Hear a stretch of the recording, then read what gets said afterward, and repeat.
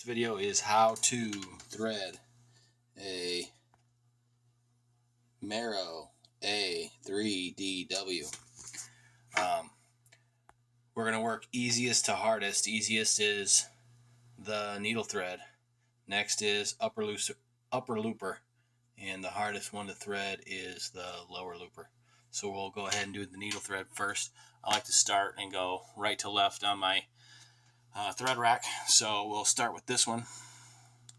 There are two, see if you can see them, two eyelets up top there. So I'm doing it with one hand, so bear with me. First one, the second one, then it's going to go through the tensioner. And I need two hands for that. Okay, through the tensioner. Then, let's see if this will focus. There's this guy right here. Goes through that. Through that guy. And then I usually get my tweezers. Best thing you're going to need is the longest, skinniest tweezers you can get for this project. And get up all in these small places. And a pair of snips. Snip them off good so there's no frayed ends for going through these holes.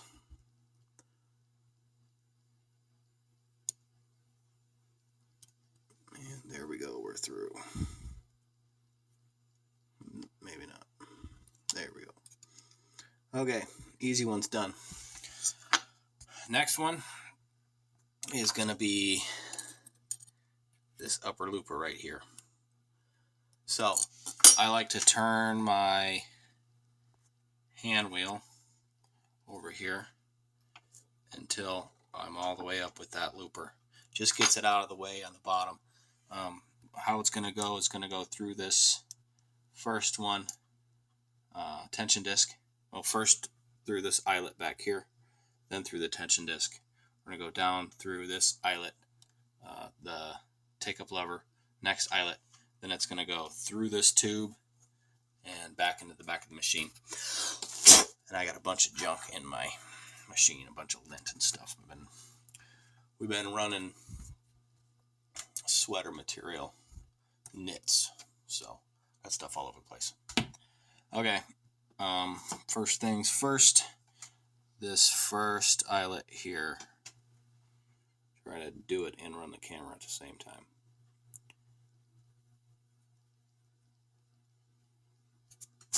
There's lint everywhere. We're going to cut that off and start over. There we go. And you're not able to see. There we go. Through the first eyelet and down through the tension disc to make sure those are open up enough. Okay, now comes the tricky parts. I'm going to use the tweezers. There's two holes if you can see in the back. We're going to go in that back hole. We're going to go through the back hole of the take-up. We're going to go through the back hole of the second one. And we're going to get it a little tail end here. Now, this tail end is going to go in that hole, up through the tube, and into the machine. Now, this one's a pretty big hole, so I can usually get this through if it's clean enough. You can clean out the inside of your machine with some compressed air or an air compressor. I usually just have a can of compressed air around. I'm actually out right now. But if you can't get this up through there, you can take your can of compressed air and shoot it right up that hole. And then, I don't know if you're going to be able to see, way down inside there, it'll come out. So you reach your tweezers down and grab her out, and I've got it. Then that comes out the front of the hole and through that upper looper. You can see, let's see if it'll focus. Right there, through that upper looper. And we're done with that one. Now for the hard part. Third thread on the spool rack.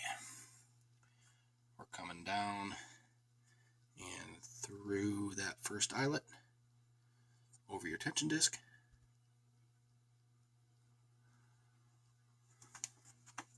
I'm looking at the camera and watching what I'm doing at the same time, so sorry if I'm blocking the camera here.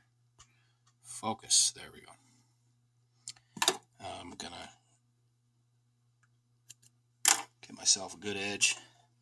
Now we're running the front gambit of holes through the first one. Grab the tweezers. Through the take-up lever. Through the second one. There's another take-up lever down here. It's going through that one. Now it's going to go through that eyelet there. Hopefully y'all can see that. Okay. From here you go down up under this chute. And there's another eyelet over here. That thread is for the upper looper. You can see. So we're going to go, it goes under there. And through that eyelet there. Okay.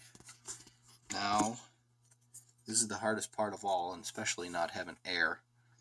Hopefully it'll work. It goes straight up this slot right here.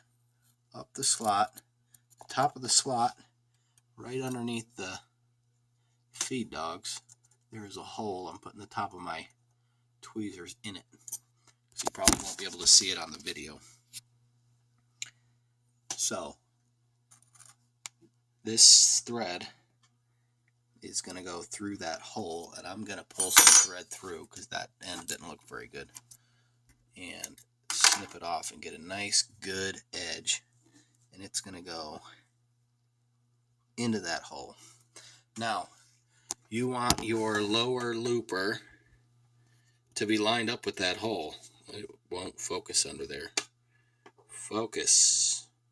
So see that guy moving right there, that piece of metal, that's your lower looper. So see how it comes once you're all the way at the top? It comes and it stops at turning. It stops right at the top. When it stops right at the top, that's when the hole for the lower looper is in line with the hole that you're sticking through. So you're going to push that all the way through that hole, and it's lined up with that lower looper, and it's going to thread that lower looper for you if you can get it pushed in far enough.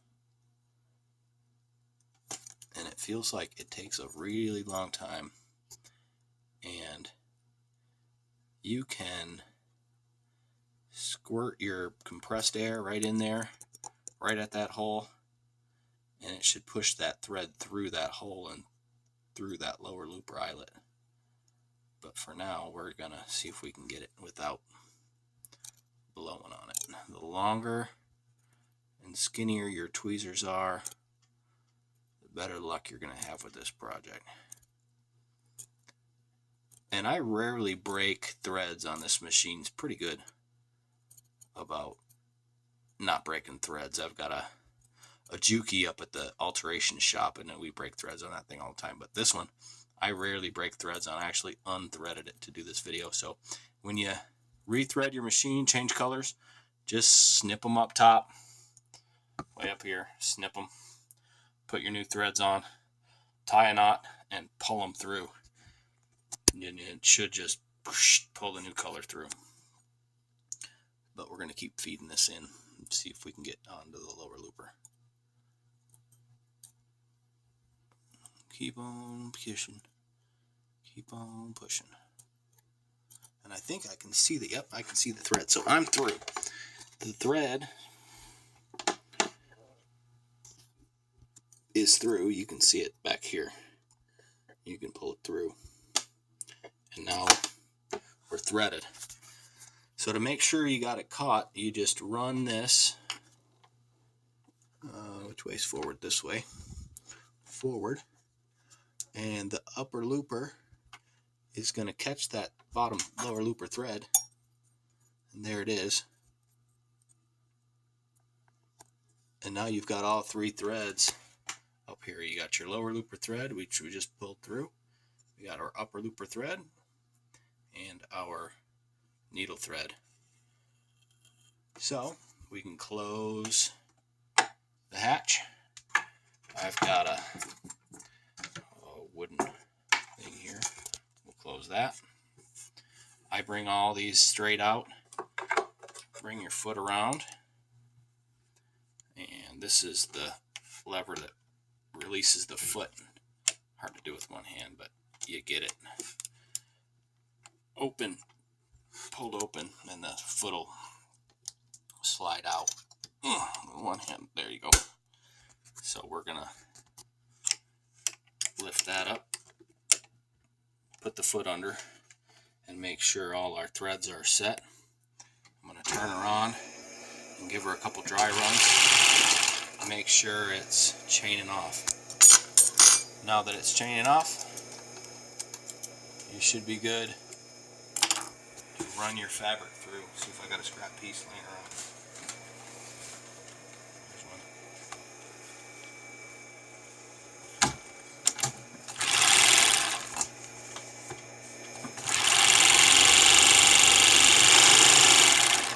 one. Always leave your chain end there.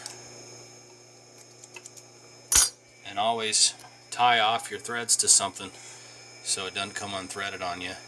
And you shouldn't have to thread it very often, but if you do, watch this video again and it should help you threading this Merrow A3DW. Good luck.